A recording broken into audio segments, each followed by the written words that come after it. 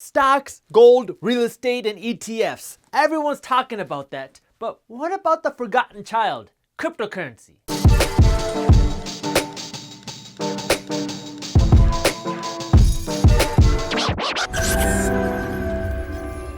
What's up, everybody? I am Jaspreet Singh and welcome to the Minority Mindset. One of the biggest things that this 2020 economic crash taught us was the importance of having a savings cushion. Wait, didn't we also learn that in the 2008 crash? In 2020, businesses that were making billions and billions of dollars a year were forced to close for just 2 weeks. 2 weeks, and they couldn't find the cash to pay their employees. Likewise, it became painfully apparent that 6 out of 10 Americans don't have $1,000 saved up to protect them from an emergency like what we're seeing right now. That's when the savings crisis pushed the government and the Fed to print trillions and trillions and trillions of dollars to help keep businesses afloat and to give people money to eat. But there's a cost to printing all this money. I've already talked about the cost, so I'm not gonna go over it again in this video, but our paper dollars aren't backed by gold or silver or anything tangible.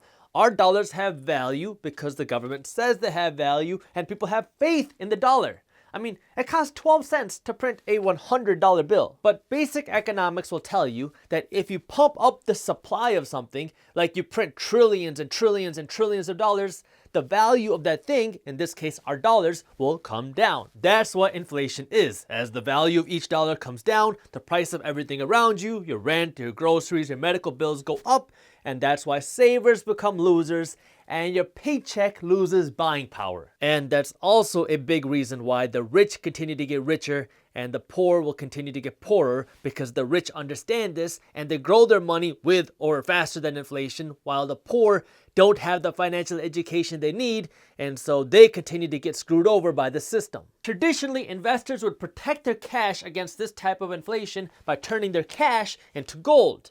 But now there's a new digital gold on the block: cryptocurrency. And that's why in this video, I'm going to be talking about cryptocurrency, Bitcoin, and what you need to know before you buy any Bitcoin. So make sure you watch this video until the end, because I'm going to be talking about how cryptocurrency and Bitcoin apply during this economic crisis.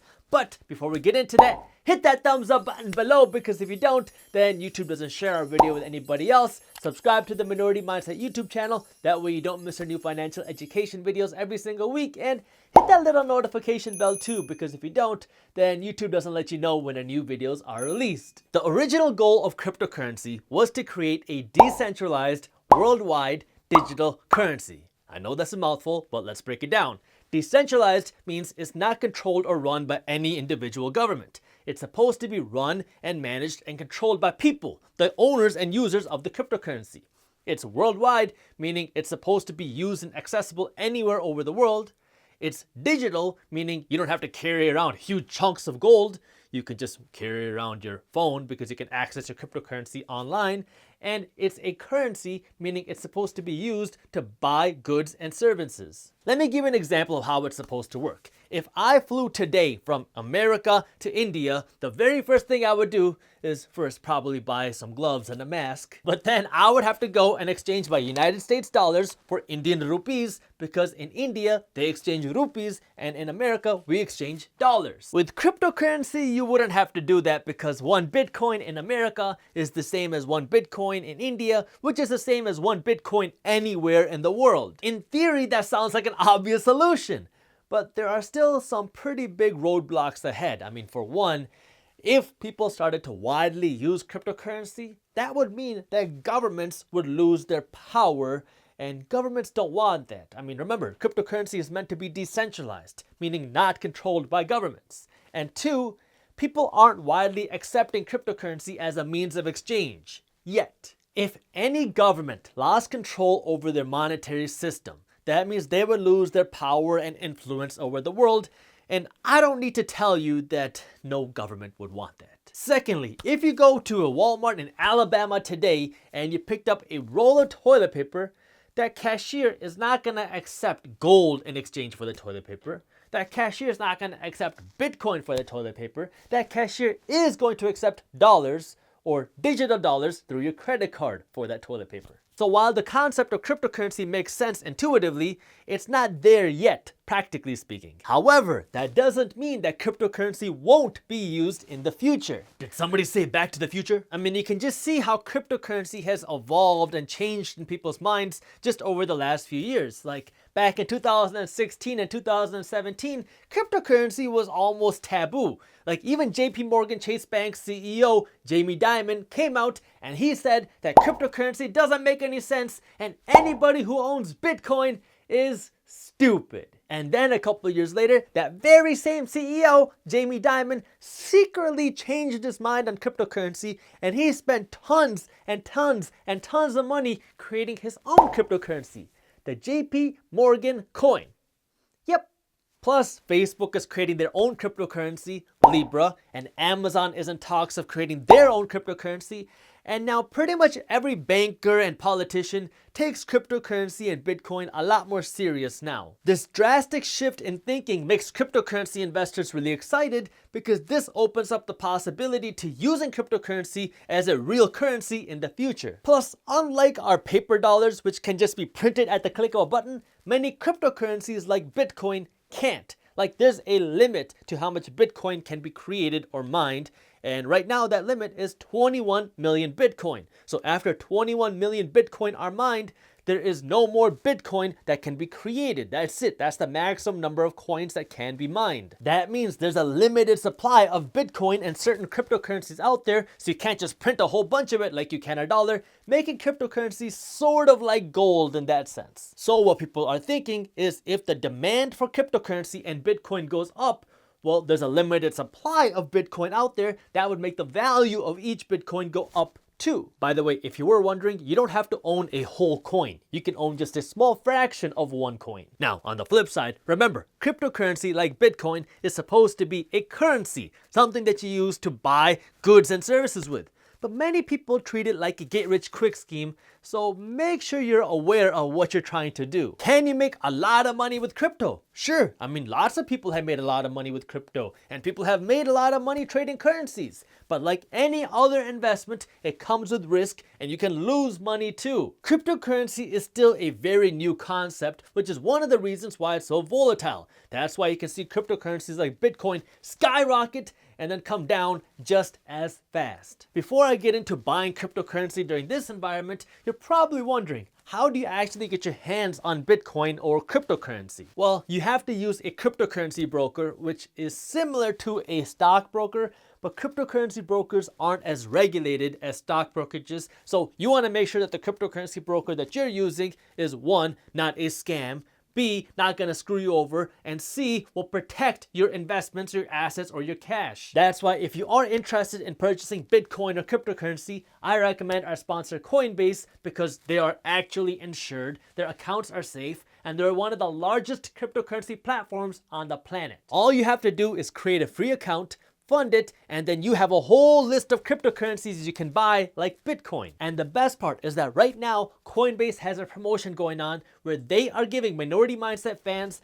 $10 worth of Bitcoin for free when you invest $100 into Bitcoin. So if you want to learn more, get started and get your free $10. I got the link to where you can do that in the description below. Minority Mindset is a partner with Coinbase, so if you use them, we will get compensated, but there's no additional cost to you. It's free to open an account. So if you want to get your $10, I got the link to where you can do that in the description below. Now, let's talk about how cryptocurrency matters in today's economy. The United States and countries all over the world are printing tons and tons of cash to keep their businesses and people afloat right now. But like I said in the beginning of this video, this printing of cash has consequences. For one, the United States is racking up trillions and trillions of dollars worth of debt that they'll probably never pay off. And two, people are worried about the devaluation of their currency. Remember, our paper dollars aren't backed by gold or silver.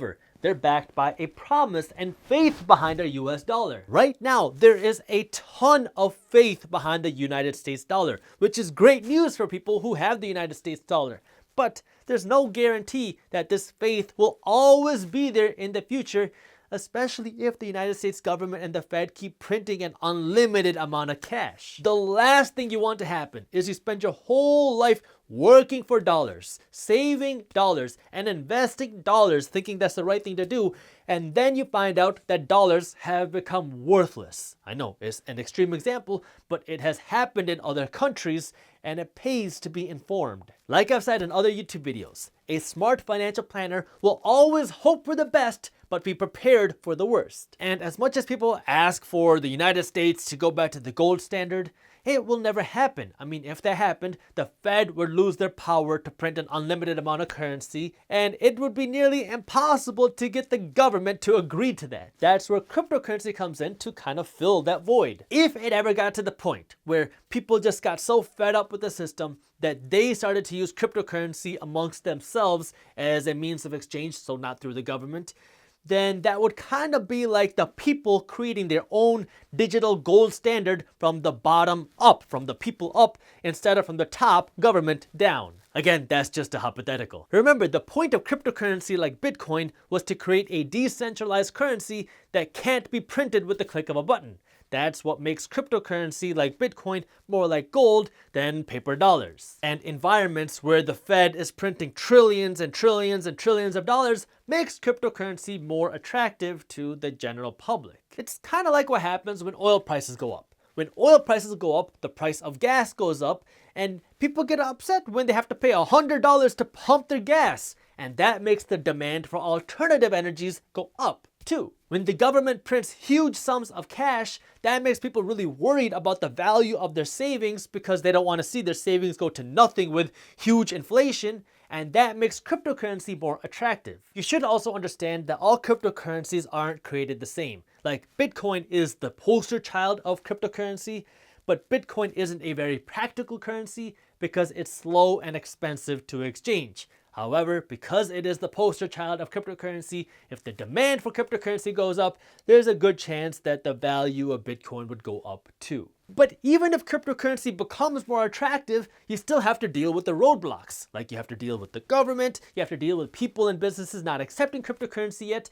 and you have the learning curve. Just like how people were very skeptical and hesitant to buy things and spend money on the internet back when the internet was becoming popular, people still don't trust the internet as a place to store their money. Like you can see and touch gold. You can even see and touch your cash, even though it's not backed by anything, but you can't see or touch your cryptocurrency or Bitcoin. So there's still a learning curve involved. Does that mean it's impossible? No. I mean, people thought that the idea of an automobile was silly if you could just ride around in your horse. So there's a lot of potential upside with cryptocurrency if it becomes widely used and the demand for cryptocurrency goes up. But like with any other investment, it comes with its fair share of risk too. That means don't get emotionally attached, do your research, and make financial decisions. And the best way to make financial decisions is by staying up to date on what's happening in the finance and business world. And if you're looking for an easy way to do that, well, we have the free Minority Mindset newsletter where our team first breaks down the top finance and business news, and then we show you how this news affects your wallet. This newsletter is completely free, and you can join our free finance and business newsletter by clicking the link up here or by clicking the link in the description below. Thank you for watching. If you enjoyed this video, share it with one friend, that way we can help spread the word. If you want to learn more about what happens when you print too much money and the cost of printing money, I already made a video on it, and you can watch this video on YouTube by clicking this button right over here. Thank you for watching, and as always, keep hustling.